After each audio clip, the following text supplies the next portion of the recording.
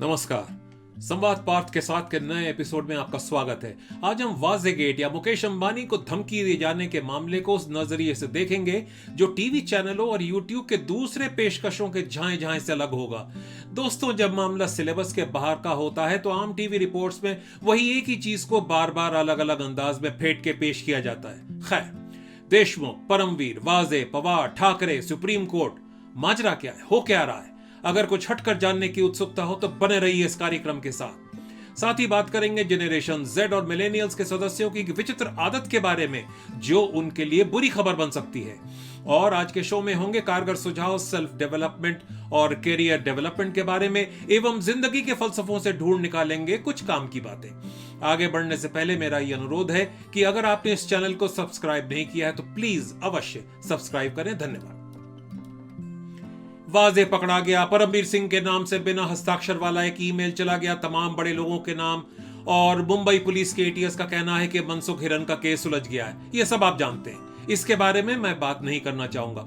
दोस्तों, मैं बात करूंगा उन बातों के बारे में जो सिलेबस के बाहर की हैं। पहले वाजे के पहलू से जल्दी से निपट लेते हैं क्योंकि खास बातें आगे आना बाकी है। वाजे महज एक एपीआई कुछ भी कर रहा था और उस पर कोई लगाम नहीं था, है ना अजीब बात? लोग खुल्लम खुल्ला कह रहे हैं कि वो परमवीर का खासम खास था। तो ये कैसे हो गया कि अर्नब गोस्वामी को गिरफ्तार करने वाला मामला परमवीर की नोटिस में था, लेकिन कथित रूप से जिलेटिन रॉड रखने का मामला परमवीर सिंह को नहीं पता था? कैसा चमचा था ये परमवीर का? एक बात अपने आका को बताता है, दूसरी बात नहीं। मजाक चल रहा है क्या? खैर, अगर परमवीर को पता था तो उसने एक्शन क्यों नहीं लिया वाजे के खिलाफ? इस बीच हिरन मनसुख की मौत हो जाती है। मजेदार बात यह कि एक्शन लेना तो दूर, एक के बाद एक घटनाएं होती जा रही हैं और वाजे जी से कहा जा रहा था कि भाई साहब आप इंक्वायरी कीजिए, और ये मानना होगा कि ये सब हो रहा था परमवीर के बिना जानकारी के। क्या कहेंगे आप इन सब बातों के बारे में? अब आइए रसीले पहलू पर। परमवीर के नाम से एक ईमेल चला जाता है तमाम बड़े लोगों को। क्या जबरदस्त चाल खेला गया परमवीर के नाम से। पूछिए इसमें जबरदस्त क्या है? अरे नहीं, मैं इल्जामों की बात नहीं कर रहा हूं, उसको लेकर तो भारत में टीवी चैनल टाइम पास कर ही रहे। मेरा इशारा कुछ और है। समझने वाली बात यह है कि इस एक ईमेल से कई असर हुए हैं। पहला पॉइंट, एक झटके में सारा ध्यान परमवीर से हटकर देशमुख पर चला गया। परमवीर क्यों ध्यान हटाना चाहते होंगे?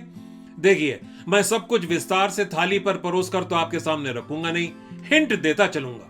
अगर आपने इस प्रोग्राम के पहले और दूसरे एपिसोड देखे हैं तो हिंट पकड़ लेंगे। तो चलिए हिंट देते हैं। परमवीर क्यों बढ़ चढ़कर रिया चक्रवर्ती का बचाव कर रहे थे एसएसआर केस में? परमवीर क्यों बढ़ चढ़कर रिपब्लिक टीवी के पीछे पड़े थे? ओ बाय द वे, बीएआरसी के बेचारे पार्थो दासगुप्ता की क्या हालत हुई जेल में, उसकी तो कोई बात ही नहीं करता। जाहिर है परमवीर का कोई आका है, वो एक या एक से ज्यादा हो सकते हैं। वो कौन हो सकता है, खुद एनालिसिस कर लीजिए।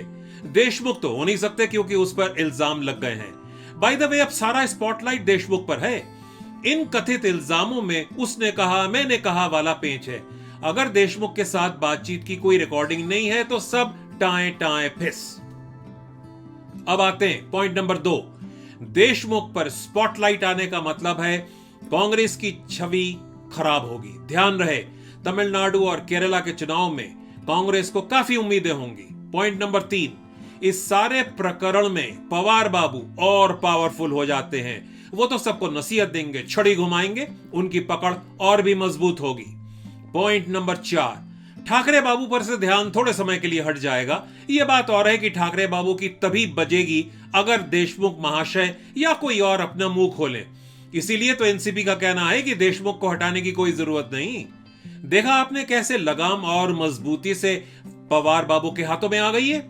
बाय द वे, परमवीर तो मुंह खोलने से रहे। परमवीर तभी मुंह खोलेंगे जब उन्हें लगेगा कि उन्हें फॉल गाय यानी बलि का बकरा बनाया जा रहा है। हो सकता है कि जनाब वाजे और कुछ अन्य अपराधी अंततोगत्वा इस मामले में लपेट दिए जाएं। पॉइंट नंबर 5, कांग्रेस को अब डैमेज कंट्रोल में समय बिताना होगा। कांग्रेस को बैकफुट पर खेलना होगा, एनसीपी से दबकर खेलते हुए। अब अगले इंपॉर्टेंट पहलू को समझना चाहिए। मामला एक्सटॉर्शन का था या है? अगर वाकई एक्सटॉर्शन का है तो ये निहायत छिछोरी हरकत है। भारत में जो लोग 1970 और 1980 की राजनीतिक परिदृश्य या पॉलिटिकल सीन से परिचित हैं, वो आपको बताएंगे कि राजनीतिक पार्टियों और अंबानी परिवार के बीच कैसे संबंध चला करते थे और शायद आज भी चलते होंगे।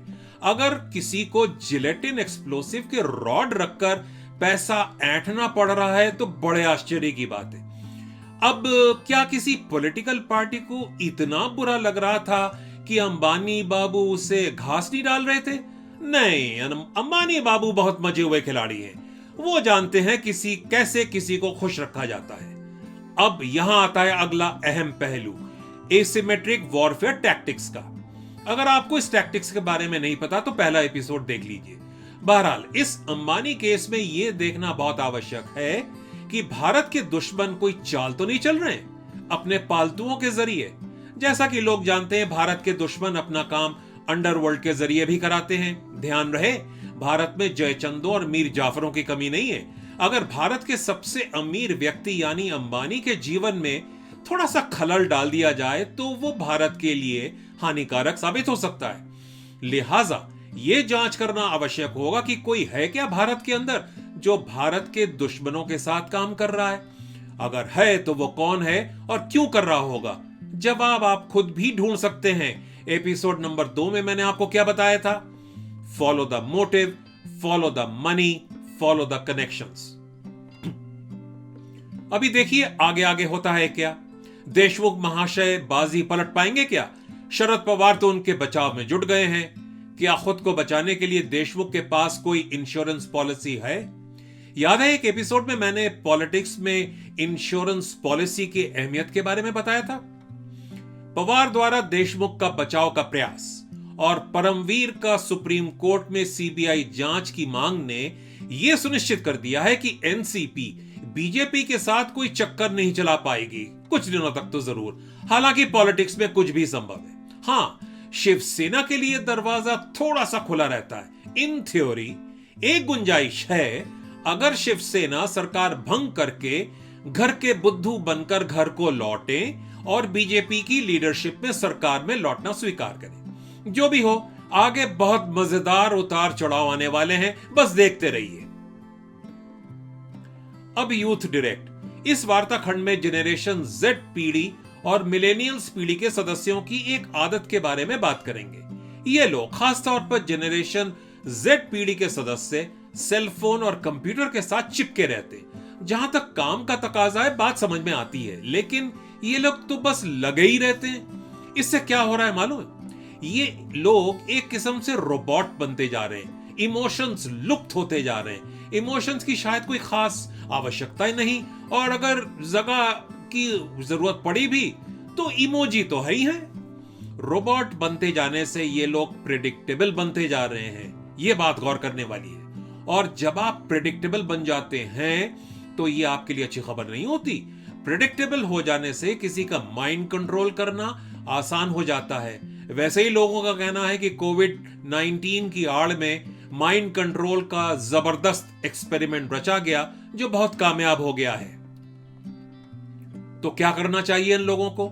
इन लोगों को समाज में निकलना चाहिए, बाहरी दुनिया के लोगों से मिलना जुलना चाहिए, दूसरे आयु वर्ग के लोगों से मिलना जुलना चाहिए, चाहे वो पड़ोसी हो, चाचा हो, चाची हो, मामा हो, मामी हो, कोई भी। कला और संस्कृति से जुड़ी इवेंट्स में शामिल होना चाहिए, टीम स्पोर्ट में हिस्सा लेना चाहिए। Do not let the human qualities in you to disappear. Remember, it is easier to dispose of robots, but far difficult to do the same thing with the human beings. जरा गौर कीजिएगा।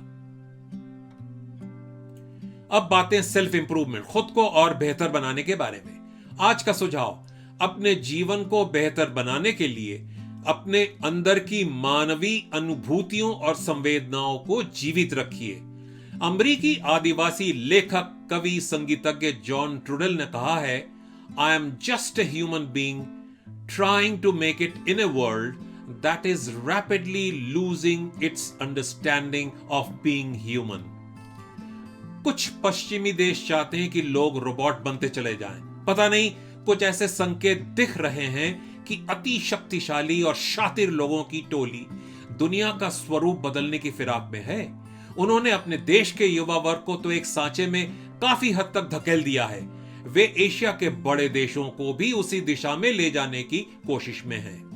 Robot बनकर उनके मंसूबों को कामयाब मत होने दीजिए। जरा इस पर विचार करें। अब अपने करियर को सुधारने की बातें। अपनी ताकतों को पहचान कर आगे बढ़िए। भीड़ के साथ चलने में क्या रखा है, इसमें कोई कूल वाली बात नहीं है। एल्बर्ट आइंस्टाइन का कहना है, the person who follows the crowd will usually go no further than the crowd. The person who walks alone is likely to find himself in places no one has ever seen before. हो सकता है आपको शुरू में कुछ तकलीफ हो, लोग मजाक भी उड़ाएं, लेकिन कॉन्फिडेंस के साथ बढ़ते चलिए, आप कुछ करके दिखा पाएंगे। घबराइए नहीं, लग जाइए, बताइए कैसा चल रहा है। और अब जाते जाते कुछ फलसफे की बात। स्वयं एक मिलेनियल हैं। 37 वर्षीय अमेरिकी अभिनेत्री ओलिविया वाइल्ड का कहना है, We need to remind ourselves of the beauty of human connection and of nature and pull ourselves out of devices for a moment and appreciate what it is just to be human beings. अर्थात हमें खुद को मानवीय संपर्क और प्रकृति की खूबसूरती के बारे में एहसास दिलाना चाहिए और खुद को यंत्रों से कुछ समय के लिए अलग करना चाहिए, सिर्फ एक इंसान बनने के लुत्फ को महसूस करने के लिए। सेलफोन या कंप्यूटर जैसे यंत्र के माध्यम के बजाय अपनी ईगो और वन अपमैनशिप की बुरी आदत को एक तरफ करके एक जीते जागते इंसान से इंटरैक्ट करके तो देखिए। एक अलग किस्म की अनुभूति होगी जो बहुत अच्छी लगेगी। आप रोबोट बनते जाने से बच पाएंगे। कोशिश कीजिए, देखिए कैसा लगता है। आज इतना ही। आपसे अगले एपिसोड में मुलाकात होगी। किसी खास आर्थिक या राजनीतिक मुद्दे पर चर्चा होगी। इसके अलावा यूथ डायरेक्ट में होगी युवाओं के मुद्दों पर चर्चा। साथ ही होंगे उपयोगी सुझाव जीवन और अपने करियर को बेहतर बनाने के बारे में। उम्मीद है शो का स्वरूप आपको पसंद आ रहा है। अगर कोई सुझाव हो तो अवश्य दीजिएगा। यदि यह कार्यक्रम आपको अच्छा लगा हो तो प्लीज इसे लाइक करें, शेयर करें और अवश्य सब्सक्राइब करें। अब आज्ञा लेता हूं। चौकन्ने रहें, संगठित रहें, खुशहाल रहें। नमस्कार।